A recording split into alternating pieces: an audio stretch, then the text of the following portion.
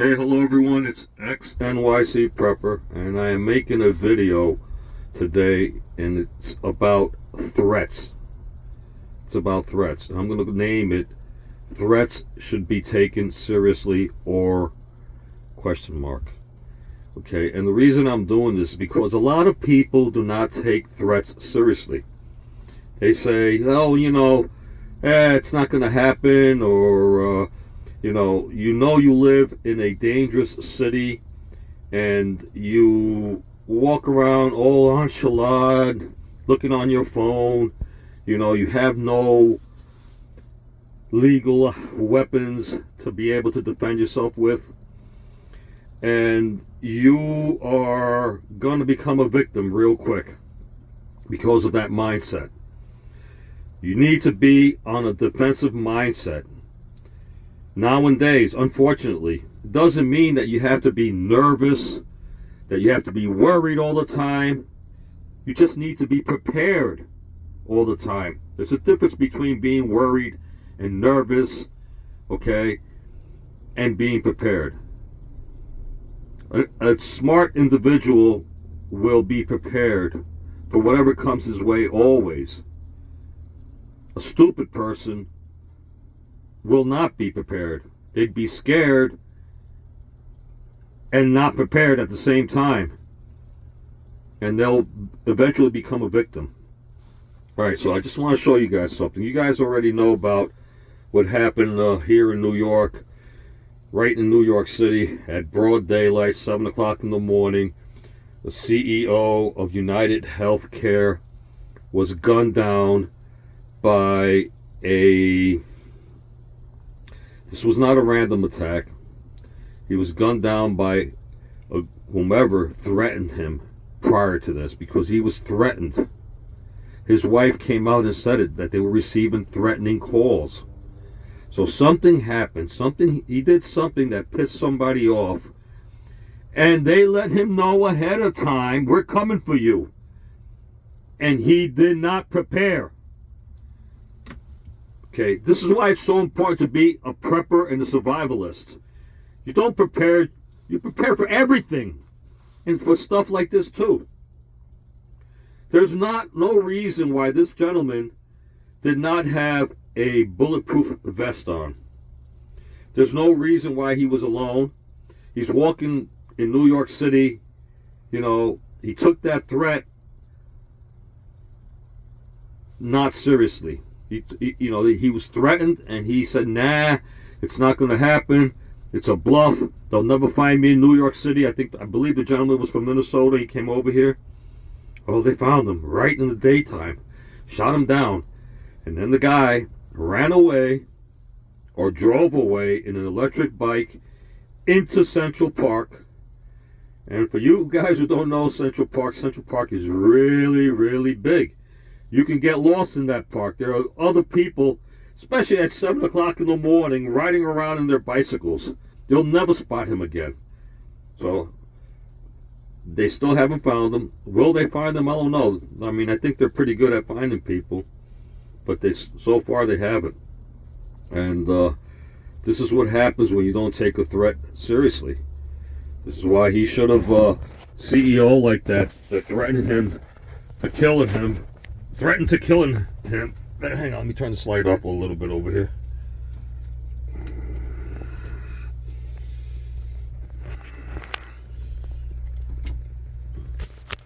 That's better. He should have had a bulletproof vest or something. That's what I'm saying. Hang on, I'm going to put it on.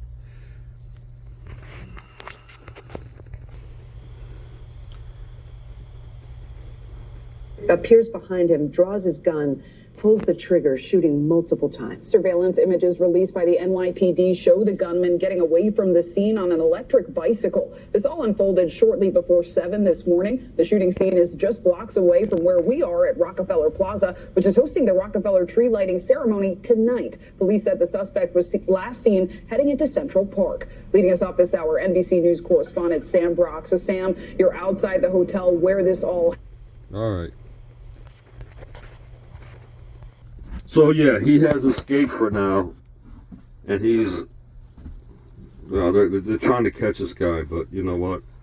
Good chance they won't catch him. He's already gone. And so is the poor victim. And my condolences to his family. But you know what? You guys should have been more careful. You received a threat. Okay, you received a threat and you didn't take it seriously. Talking about threats. We are being threatened every single day by other countries. Okay? Russia, China, Iran, North Korea, they all want to destroy America. They're threatening us with nuclear bombs, missiles, hypersonic missiles that cannot be stopped. We do not have the defense to stop this. Neither do they need to use a hypersonic missile on us or a nuke, because they're already here on our land.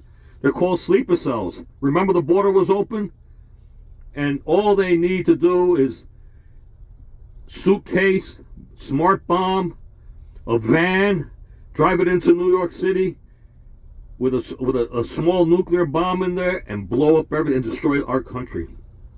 They don't even need to do that. All they have to do is turn off our electricity. Okay? They don't even need to use an EMP attack, which is a nuclear bomb up in the sky, to turn off all electricity. They don't even need to do that. They have means and ways of destroying our power grid here within the United States. The cyber attacks in other ways. And we need to prepare. We cannot take these threats lightly. They have to be taken seriously. All threats have to be taken seriously. Okay, all threats. You know, a friend of mine, not long ago, he has a house in the Riverdale section of the Bronx in New York, which is a very good area. And next to his house, there's an abandoned house. It's been abandoned for many, many years because the lady who used to own it passed away. So she had a kid, or a son, not a kid, a man now, who served, was a veteran who served in Iraq, in Afghanistan. And the guy came back like this. So he became homeless. And he started living in the back of his mother's house because the house is boarded up. It's not safe to go in there. The city boarded up the house. That house has to be knocked down because it's just unhealthy. And so he started living in the backyard of that house, next to my buddy's house. So my friend starts talking to him. Hey, guy, what are you doing here? So, okay, this is my mother's house, and I'm staying here. So my friend's, he's a gentleman. He was like, all right, cool, all right, whatever. And but things started getting bad. The guy started getting creepy. He was living outside in a tent in the back. He was peeing and defecating all over the place. He was an alcoholic. He was doing drugs back there. And eventually it got bad between him and my friend, to the point where he actually threatened my friend and his wife. My friend happens to be a white guy, and his wife happens to be a black lady. They've been together for 35, 40 years, I don't know. They have 2 beautiful daughters. He is one of my best friends in the world.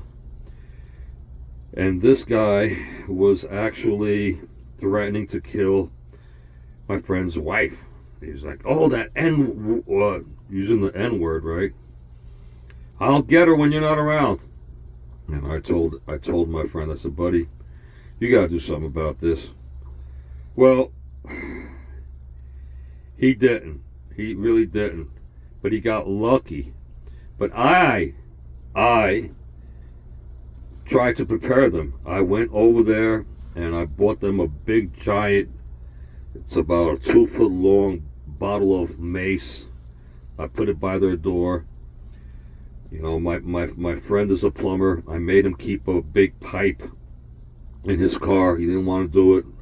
I made him do it because one time the guy went up to their face while he was with his wife, went up to his face and started arguing with him and fighting with him, and actually slapped my buddy's car.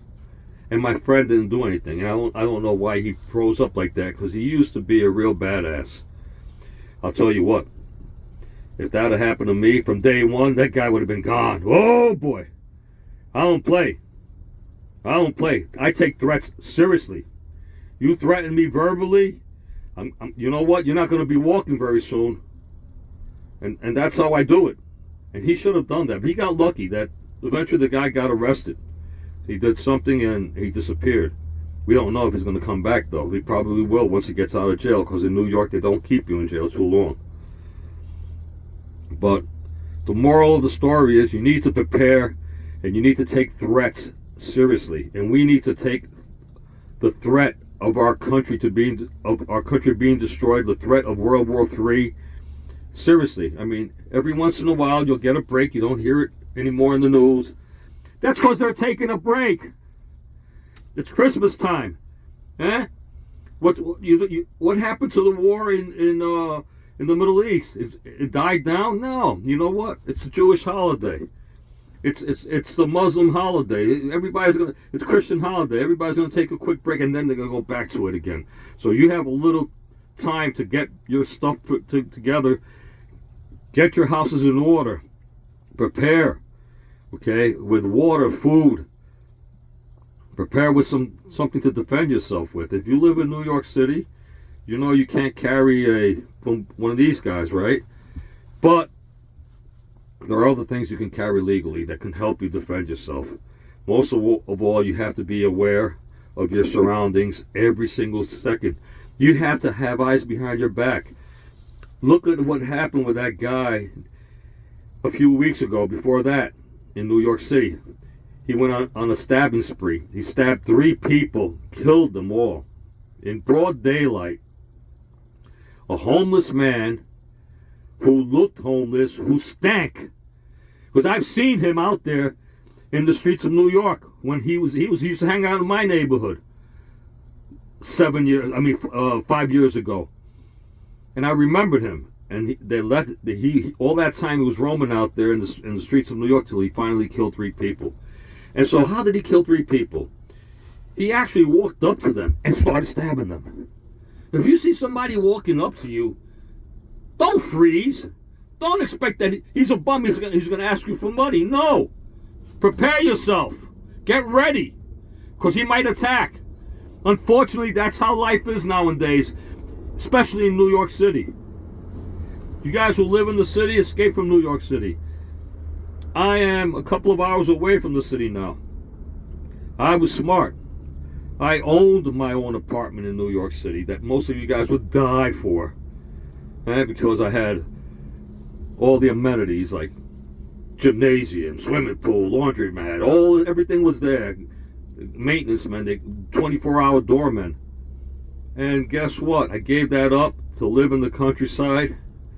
I moved into my Coachman motorhome, and I'm currently building my own house. And I'm so happy I'm away from down there, because I'm not the kind of guy that you could do that to. If I'm on the subway and some creep comes up to me and he wants to stab me or kill me, I will defend myself. And I'm prepared for it, because my mindset and everything that's on my body is ready for it. But most of you people down there, you're a target. You're going to be victims, because you people never prepare for anything. You think nothing's ever going to happen to you. All of this news goes in one ear and goes out the other ear. And you think that I'm exaggerating and that I'm the fool. But you're the fool for not preparing. All right, enough with this rant. I know I'm ranting, but prepare to stay ready for whatever comes your way always. That's all I could say.